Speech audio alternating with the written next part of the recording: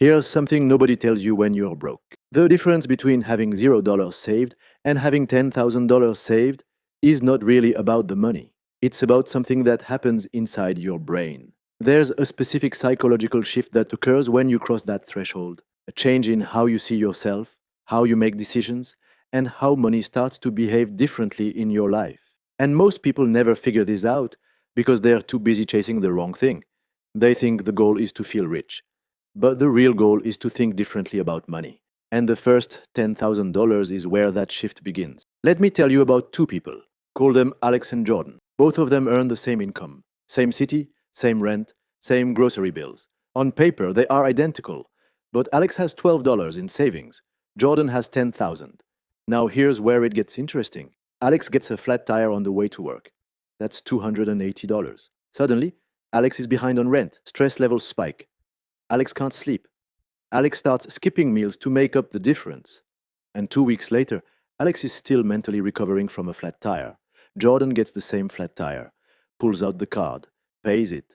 And by Thursday, Jordan has completely forgotten it happened. Same income, same problem, totally different experience of life. Most people look at this and say, well, Jordan just got lucky. Or Jordan must earn more on the side. But that's not the point. The point is what that $10,000 actually is, and it's not what you think. Here's the thing most people misunderstand about savings. They think money in a savings account is just money sitting there doing nothing, waiting, boring, useless. But that's completely wrong. That money isn't idle. It's working. Just not in the way you'd expect. Think of it like this. Imagine you're walking a tightrope. Every financial decision you make, buying groceries, paying rent, handling a car repair, you're making those decisions while balancing on a wire 50 feet in the air. One wrong step, and you fall. The fear of falling changes everything. It makes you slow, hesitant. It makes you avoid risks you should take. It makes you desperate when you shouldn't be. Now imagine someone puts a safety net under you. You're still on the same wire, same height, same decisions, but your whole body relaxes. You start moving with confidence. You stop making frantic decisions. You stop saying yes to things out of panic and no to things out of fear. That's what $10,000 does. It's not spending money. It's permission money. And here's the psychological concept behind it.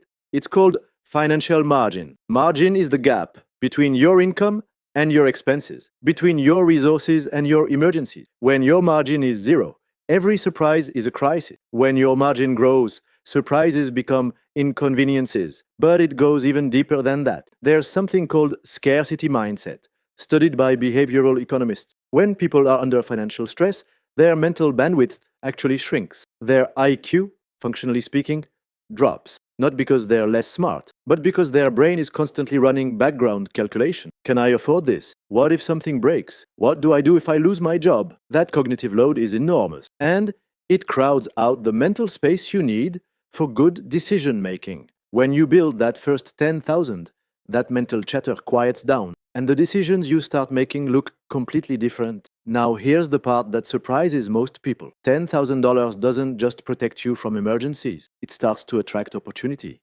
When you're broke, you make decisions from a position of need. And need is the enemy of negotiation. Need is the enemy of patience. Need is the enemy of good judgment. Think about job hunting. When you have nothing saved, you take the first offer you get. You don't negotiate salary. You don't wait for a better role.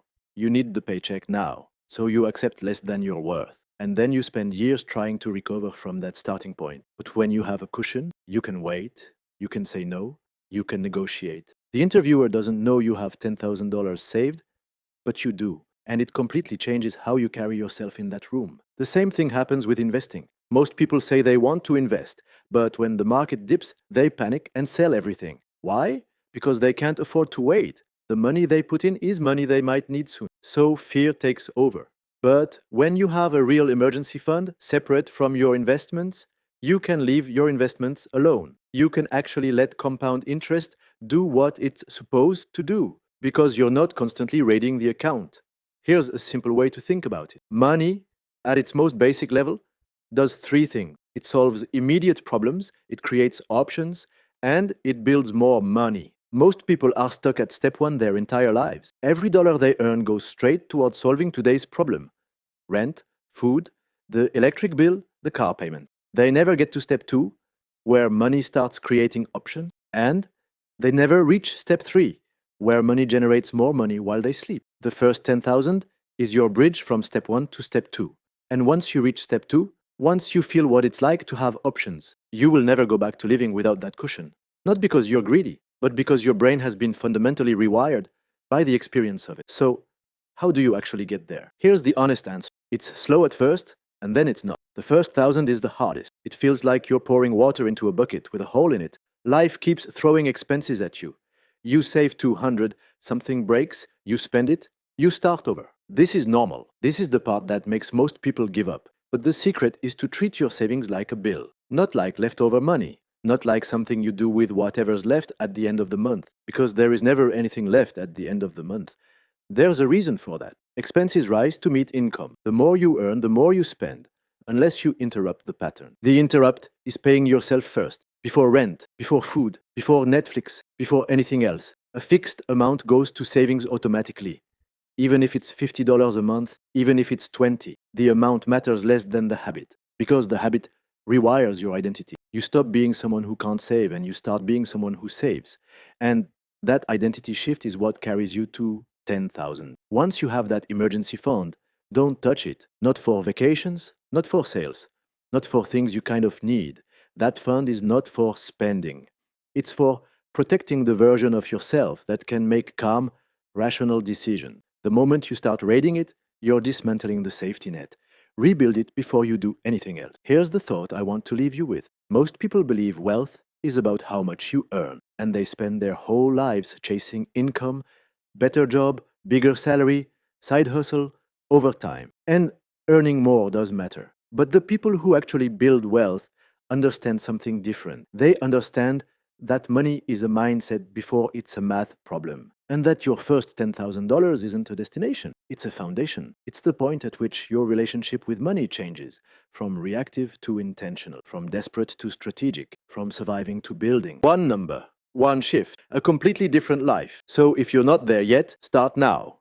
Not tomorrow, not after the holidays, not when things calm down, because things never calm down. You build the calm, you create the margin, and you do it one automatic transfer at a time. The math is simple. The psychology is hard, but it's worth every bit of it.